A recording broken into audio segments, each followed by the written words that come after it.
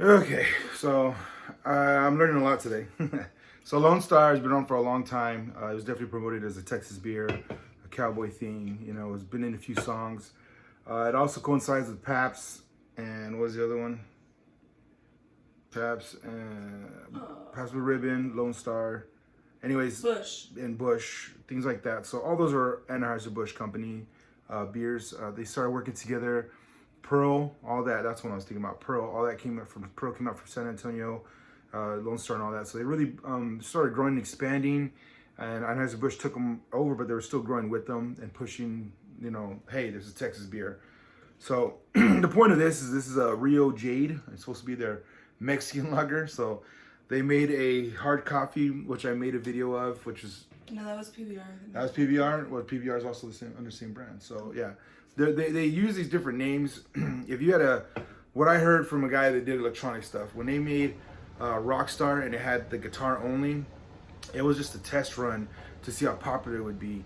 And then once it ran with it, then they made a separate brand called Rock Band, and that released all the instruments. So this is a common technique that you'd be amazed how many different names are under one company. You really have to search.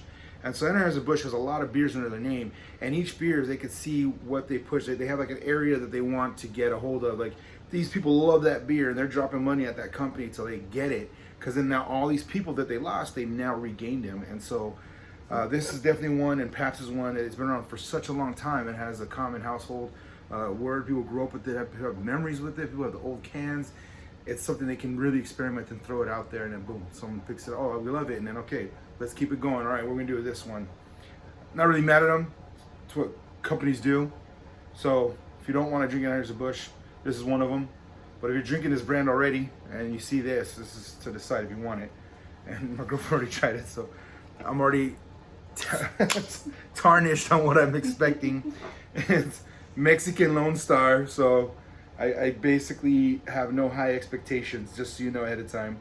It is like $8 a six pack. I had one that wasn't bad from a Wisconsin company, the last one, and that was $5, you know. But for $5, I wasn't expecting much. For $8, you kind of want a little more. Plus, they've been around a long time. You figure they can tone down the price a little bit. That's what makes Pabst so popular and stuff like that. It's a good price. That's a good value point. It does smell totally different. Off the bat, it has that Hispanic lager sweet smell, that maltiness that's like in the sun, and it's like a sweet breeze going across, and it's just, yeah, it feels like sunshine outside. Well, let's taste it. Yeah, it has a little, so it has all the qualities of a Mexican lager. It has a little more like it's trying to be like Modelo, where it has a little more maltiness, but it is a little sweet.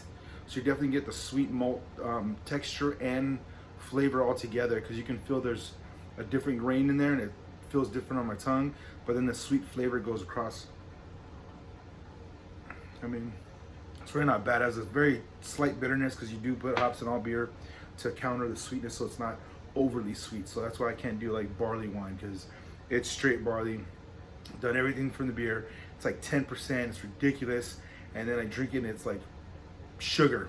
Like, I think it'd be better in a dessert, honestly. But this, I feel like I'm in a Mexican resort, you know, and I don't want to spend too much, so I'm getting the cheap beer.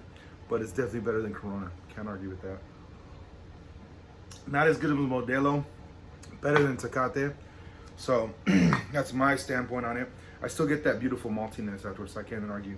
But they did a solid job. I'm not going to argue with that. You know, for $8 a six pack, if it keeps doing well, then they can obviously drop the damn price, which would be great. So if you're just looking for a bargain or something new that's a bargain, here it is. I'm still getting the maltiness, so it's really not that bad. It's not as bad as Lone Star. I'm not a Lone Star fan, sorry. Every time I drink one, I get like heartburn now that I'm older. And if I drink like 6, the next day I got like a headache down. I don't know what it is. The way they brew it, a lot of Anheuser-Busch beers are like that. It's just now that I'm older, I'm sensitive to it. Whatever I've been drinking all these years, so I really broke away from Bud Light like a long time ago. Really been trying to stick to Miller brands. Canadian brands honestly aren't bad either. The way they brew, they have tons of great grains and stuff. But we're not talking about that now. We're about Texas. This is a Mexican lager. It's actually a Texas lager, Tex-Mex lager, whatever you want to call it. And it's not bad. I mean, if I want better, I just get Modelo. But Modelo in the can is not the same as the bottle. This one in the can is better than the can version. I'll give you that. And it's new. and it's ready for summertime. So hopefully be outside enjoying this. So salute to that. I give it a thumbs up because it's aight and it's cool. I'll drink to that. Do be safe though.